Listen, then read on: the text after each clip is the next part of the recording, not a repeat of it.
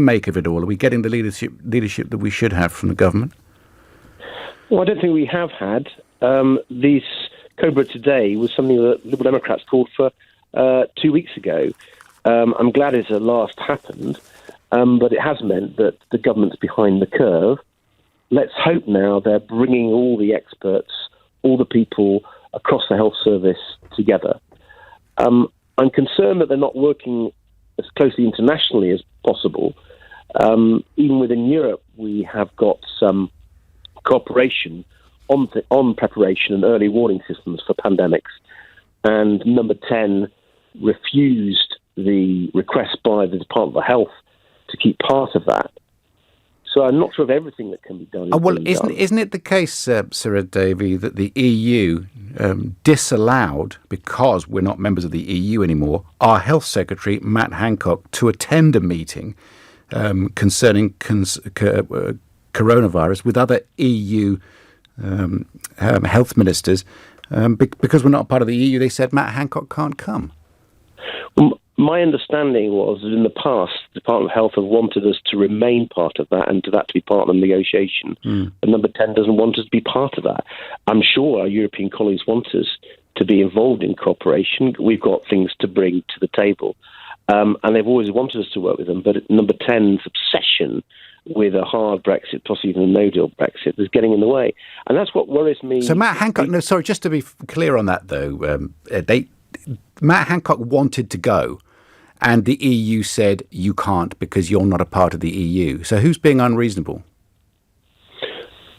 Well, I think we're being unreasonable in the sense that we said at the beginning of these negotiations we didn't want to be part of that warning system. There are a whole set of things in Europe where EU members, non-EU members are part of them, but Number 10 has been so obsessed that it's not wanted the Department of Health's requests to be part of this warning system to be part of the negotiations. So I think that's a shame. So the negotiations, in effect, are getting in the way of doing what appears to be the right thing from both sides. Because the EU would, if they want, I don't know whether they want us there or not, but they don't if we're not a part of the EU.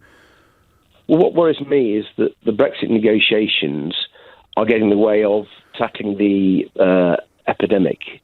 I mean, essentially, if you listen to what the Prime Minister was saying today and what experts have been saying for some time, there's a real danger that the coronavirus is going to sap the energy of the NHS, of government, of our economy. That's why you've seen stock markets tumbling all across the world.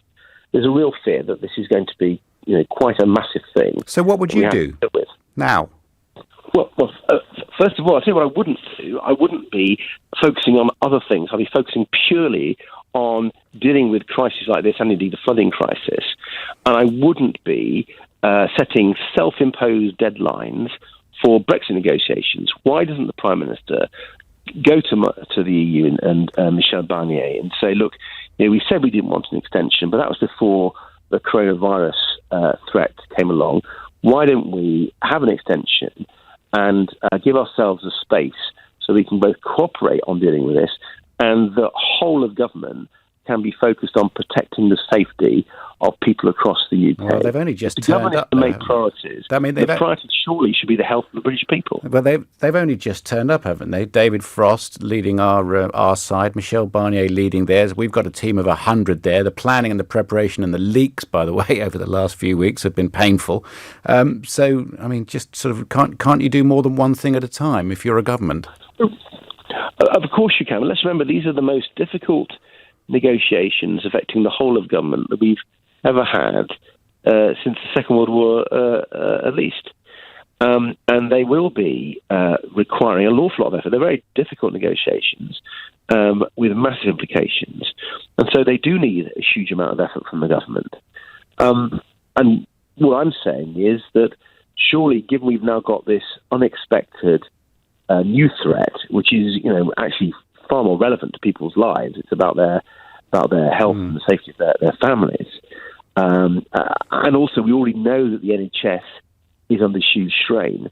What is your priority? Yeah. All right. Well, the EU have already said they're prepared to grant an extension So surely we should be grown up about this, mature, and not just go with what effectively are self-imposed deadlines. Okay. And not imposed by the EU, they're imposed by Boris Johnson.